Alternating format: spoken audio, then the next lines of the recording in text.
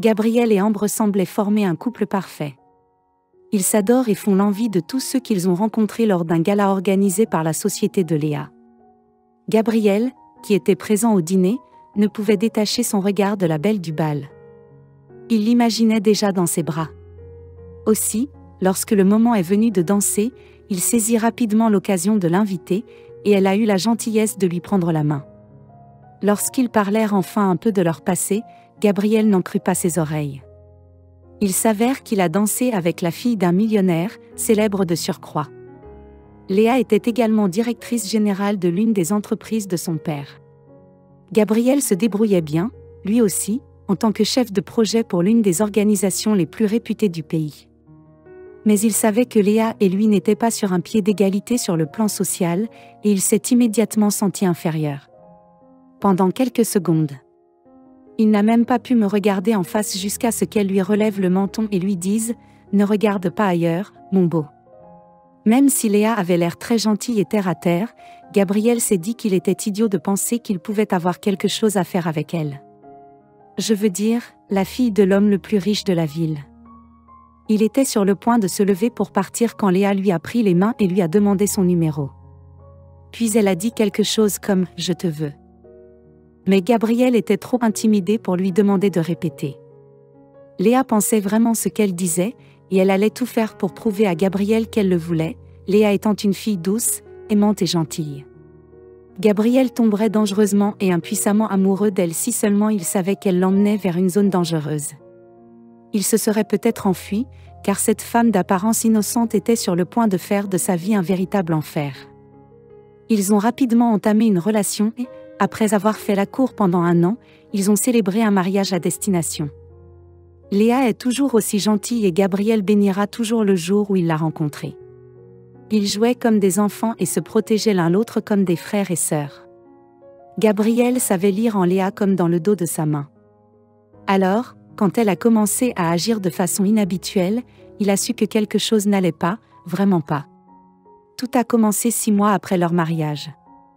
Léa est soudain devenue nonchalante et conflictuelle. Chaque fois que Gabriel disait quelque chose, elle le contredisait. Gabriel a également remarqué que lorsqu'il discutait avec des amis lors de réunions sociales, Léa se moquait souvent de lui. Une fois, un ami de Léa qu'il rencontrait pour la première fois lui a demandé ce qu'il faisait dans la vie. Gabriel lui a répondu qu'il était chef de projet. Désolé. Ce que Gabriel voulait dire, c'est qu'il fait des courses pour les grands. Ne pas rendre la situation gênante. Gabriel a souri d'un air penaud, mais il était très embarrassé. Léa a également commencé à mettre un nom sur leurs biens. Chaque fois que Gabriel s'asseyait sur une chaise, ou qu'il y mettait ses jambes, elle lui rappelait « Bébé, cette chaise coûte des millions de dollars. Tu ne devrais pas mettre tes jambes dessus. » Elle a également refusé de faire du vélo avec lui, comme il le faisait auparavant. Je suis désolée. Je monterai dans ma Rolls-Royce. Pas cette chose que vous appelez une voiture. Gabriel, attristé par ce nouveau développement, dit à Léa combien il est mécontent de son changement soudain de comportement. Il lui demande alors quel est le problème et elle lui répond « Je n'ai pas l'habitude d'être pauvre. » Comment ça, tu n'as pas l'habitude d'être pauvre ? Je suis chef de projet. Je gagne bien ma vie. C'est bien là le problème. Ton salaire descend, c'est des cacahuètes pour moi. Je t'ai épousé parce que je pensais pouvoir m'en sortir. Je pense que tu devrais te remettre à niveau, a-t-elle dit, et elle a continué à lui dire qu'elle était gênée qu'il entende ces mots. Gabriel a été choqué jusqu'à l'os, mais il a mis ses sentiments de côté et a dit à Léa qu'il se mettrait à niveau si cela la rendait heureuse. Dans les semaines qui suivent, Gabriel prend des crédits pour s'acheter une voiture et des vêtements de marque.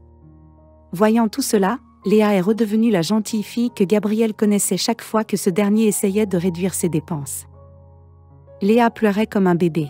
« Pourquoi continues-tu à me faire honte ? Je veux une vie de luxe. Il vaut mieux que tu me dises que tu me détestes plutôt que de réduire nos dépenses. » Elle pleurait tous les jours. Gabriel se surprend à faire des choses pour impressionner Léa, à son propre détriment. Il l'aimait tellement, et il savait qu'il ne pourrait pas vivre un jour sans elle. Pour leur premier anniversaire, Ils ont organisé un dîner coûteux et Léa a invité tous ses riches amis. C'est mon mari qui a payé. C'est mon mari qui a payé tout ça, dit-elle fièrement à ses amis lors de la fête. Peu après leur premier anniversaire, l'entreprise pour laquelle Gabrielle travaillait a fait faillite et de nombreux employés ont été licenciés, dont Gabrielle. Gabrielle était triste, mais il pouvait être sûr que sa femme l'aiderait à trouver un meilleur emploi. Lorsqu'il lui a fait part de la situation, elle l'a consolé et lui a dit qu'elle l'aiderait en tirant quelques ficelles. Gabrielle passe les mois suivants à chercher un nouvel emploi. Chaque fois qu'il tente de rappeler à Léa sa promesse, elle le repousse. Il devient alors évident qu'elle ne veut pas l'aider. Gabrielle consacre donc son énergie à la recherche d'un nouvel emploi. Malheureusement, son statut de chômeur a commencé à peser sur ses finances. Gabrielle n'arrive plus à rembourser ses emprunts. Sa voiture a été saisie et le personnel de la banque est venu lui annoncer qu'il allait bientôt saisir la maison s'il ne parvenait pas à rembourser le prêt.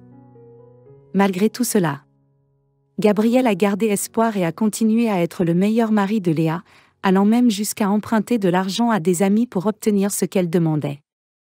Il est resté résistant, même s'il a craqué une fois et a pleuré comme un bébé, disant qu'il était fatigué de la lutte. Mais Léa l'a traité de pleurnichard stupide et est partie en colère. Une année s'est écoulée et c'était le 2e anniversaire de leur mariage. Entre-temps, Gabrielle avait réussi à trouver un emploi de livreur, ce qui lui permettait d'économiser pour faire plaisir à Léa. Il se met en 4 pour lui offrir un collier hors de prix. Une fois sorti de la bijouterie, il commanda une course et demanda au chauffeur de dépasser la vitesse moyenne. « Chérie, chérie. » Gabrielle l'appelle gentiment en ouvrant la porte d'entrée, mais ce qu'il voit le choque au plus haut point. Tous les meubles du salon avaient disparu. S'ils avaient été cambriolés, pensa-t-il en se rappelant qu'il avait laissé sa femme à la maison. Quelqu'un était-il entré pour lui faire du mal ? Léa Gabrielle hurla d'impatience tandis qu'il se précipitait à l'étage. Il vit la porte de leur chambre s'ouvrir et sa mâchoire se décrocha. Il vit que l'armoire de Léa était vide. La moitié de ses vêtements, les plus chers, avaient également disparu. Il composa immédiatement le numéro de Léa, mais cela ne passa pas. Elle est peut-être partie travailler. Alors qu'il sortait de la chambre pour se rendre au commissariat, son regard se posa sur un mot accroché au montant de la porte. Il l'a ramassé et l'a lu.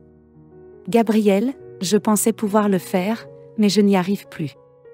Je suis sûre que tu trouveras quelqu'un de ta classe. » Gabrielle tomba par terre comme une feuille et pleura comme un bébé. Il m'aimait sincèrement. Et il n'avait jamais cru qu'un jour comme celui-ci arriverait un jour. Dans les mois qui ont suivi, Gabriel n'était plus que l'ombre de lui-même. Il quitte son travail et reste à la maison toute la journée, buvant jusqu'à l'ivresse.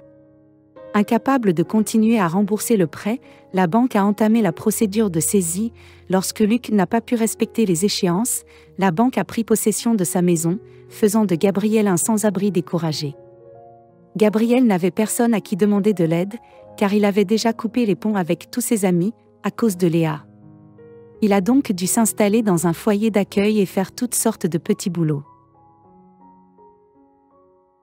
Malheureusement, il n'arrive pas à se défaire de son penchant pour l'alcool, qui lui permet d'oublier temporairement ses soucis. Malheureusement, il a été chassé du foyer à cause de cela. Désormais sans domicile fixe, Gabriel dormait n'importe où et faisait n'importe quel travail qu'un ivrogne pouvait faire. Mais par un après-midi ensoleillé, quelque chose a changé sa vie. Louis, l'un des amis de Gabriel, tombe sur lui alors qu'il est assis sous un porche, l'air perdu. Louis est choqué de le voir dans un tel état et Gabriel lui raconte tout ce qui s'est passé. Louis lui dit qu'il peut venir habiter chez lui. Plus important encore, il a inscrit Gabriel à un programme de réadaptation. Louis a également présenté Gabriel à un ami qui lui a demandé de s'occuper d'un projet pour l'une des plus grandes ONG dans un délai de 6 mois. La vie de Gabriel s'est transformée. Il voyageait désormais dans le monde entier. Il vivait confortablement. Il avait également commencé à faire la cour à une autre femme. Un jour, Louis a appelé Gabriel et lui a dit « J'ai une surprise pour toi ». Plus tard dans l'après-midi, Louis se présenta chez Gabriel, mais il n'était pas seul. Léa se tenait à ses côtés. Elle avait perdu beaucoup de poids et n'importe qui aurait pu la confondre avec une sans-abri. « Qu'est-ce que tu fais, Louis ? Qu'est-ce que cette femme fait dans ma maison ?» Gabriel hurle et Louis lui demande de se calmer. Léa explique que les biens de son père ont été saisis par le Financial Crime Enforcement Network parce qu'il était impliqué dans une affaire de blanchiment d'argent. Son riche petit ami l'a également quitté lorsqu'il s'est rendu compte qu'elle n'avait plus rien. Les larmes aux yeux, Léa s'est agenouillée. « Je t'ai toujours aimé depuis le premier jour, et je sais que quelque part dans ton cœur tu m'aimes encore. J'ai été une idiote. Tu étais la seule personne qui me restait. Faisons un enfant ensemble, dit-elle. » L'espace d'un instant. Gabriel regarda Léa et son cœur se mit à battre très fort. Il ressentait encore quelque chose pour elle, il lui tendait les mains. Gabriel l'a relevée. « Merci à toi.